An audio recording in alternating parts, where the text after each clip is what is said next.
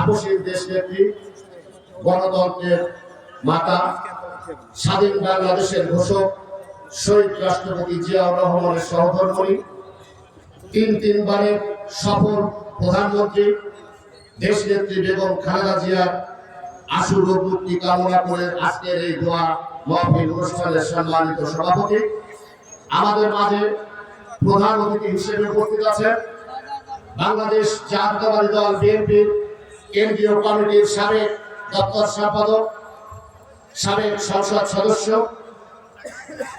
বাংলাদেশ জাতীয়তাবাদী দল বিএনপির বারবার মনোনীত ধানের শীষের প্রার্থী শহীদ রাষ্ট্রপতি জিয়াউর রহমানের পরিবারের একজন সদস্য, দেশনেত্রী বেগম খালেদা জিয়ার স্নেহধন্য আমাদের প্রাণপ্রিয় নেতা জননেতা জনাব মফিকুল হাসান তৃপ্তি আমাদের মাঝে উপস্থিত আছেন।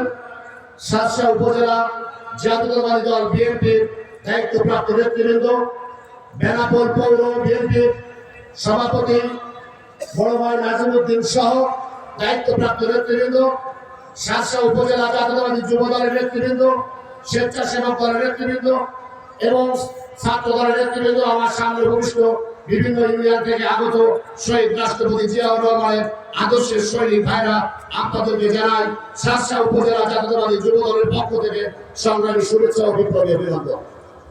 প্রিয় বন্ধুরা, আমরা যারা এই দল বিএনপি করি, আমরা যারা বিএনপিকে ভালোবাসি, আমরা সকলে আমাদের দেশ মাতা শহীদ রাষ্ট্রপতি জিয়াউর রহমানের পরিবার এবং দেশনেত্রী বেগম খালেদা জিয়ার কাছে আমরা সারা জীবনের জন্য কৃতজ্ঞ। আমরা এই জন্য তাদের কাছে নিবি, আমরা একটি নাম, আমি আলমামুল বাবলু, আমার বাড়ির আবরণ, অথচ সাতক্ষীরা উপজেলায় যেখানে যাই সেখানে আমাকে চেনেন, সেখানে আমি একটি সালাম পাই, সেখানে আমাকে ভালো মন্দ জিজ্ঞেস করা হয় শুধুমাত্র একটি মাত্র কারণে, সেটি হলো আমি এই বাংলাদেশ জাতীয়তাবাদী দলের একজন আদর্শের একজন সৈনিক, একজন কর্মী। সে কারণে কিন্তু আমার এই পরিস্থিতিটা নিয়ে এসে দিয়েছে। সেক্ষেত্রে আমাদের যে গর্ব, আমাদের যে অহংকার, আমাদের প্রাণপ্রিয় নেতা জননেতা জনাব মফিকুল হাসান তৃপ্তি এই পরিবারের কাছ থেকে এ যাবৎকাল যে স্নেহ, যে ভালোবাসা এবং যে বাংলাদেশের নেতৃত্ব দেওয়ার যে সুযোগ উনি পেয়েছেন, শুধুমাত্র এই শহীদ রাষ্ট্রপতি জিয়াউর রহমান পরিবারের জন্য উনি আজকের এই তৃপ্তি সাহেব হতে সক্ষম হয়েছে।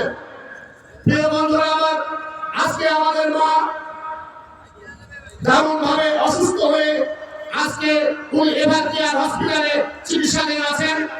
সারা বাংলাদেশে আমাদের প্রাণপ্রিয় নেত্রীর জন্য সকল শ্রেণী, সকল ধর্ম, সকল বর্ণের মানুষরা আজকে আমাদের নেত্রীর জন্য দোয়া করছেন।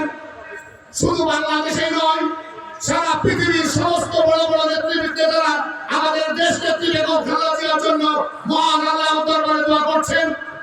আমরা এই জন্য মহান আল্লাহর দরবারে শুকরিয়া আদায় করি এবং আমাদের আজকের এই প্রধানমন্ত্রী, আমাদের সাবেক প্রধানমন্ত্রী দেশ নেত্রী বেগম খালেদা জিয়ার আশু রোগ মুক্তি কামনা করছি এবং সকলের সুস্বাস্থ্য কামনা করছি।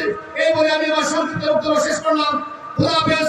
বাংলাদেশ জিন্দাবাদ, বাংলাদেশ জাতীয়তাবাদী যুব দল জিন্দাবাদ, শহীদ রাষ্ট্রপতি জিয়াউর রহমান অমর, দেশনেত্রী বেগম খালেদা জিয়া জিন্দাবাদ, তারুণের অহংকার তারেক রহমান জিন্দাবাদ, আমাদের প্রাণপ্রিয় নেতা আগামী জাতীয় সংসদ নির্বাচনে ধানের শীষের প্রার্থী জনতা জনাব মফিকুল হাসান তৃপ্তি জিন্দাবাদ।